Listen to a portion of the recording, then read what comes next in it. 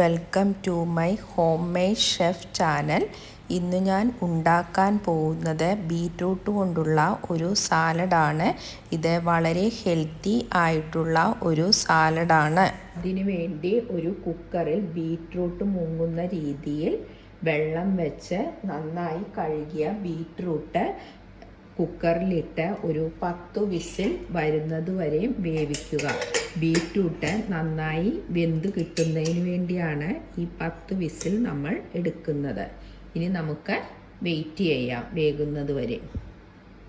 കുക്കറിൽ വേവിച്ച ബീറ്റ്റൂട്ട് തൊലി കളഞ്ഞ് ഇതേപോലെ ചെറിയ പീസാക്കി എടുക്കണം.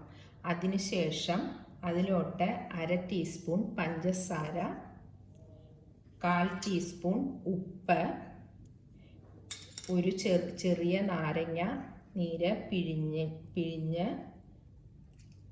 ഇതേപോലെ ഒഴിക്കണം. അതിനുശേഷം ഒരു സ്പൂണ് വെച്ച് നന്നായി മിക്സ് ചെയ്യണം.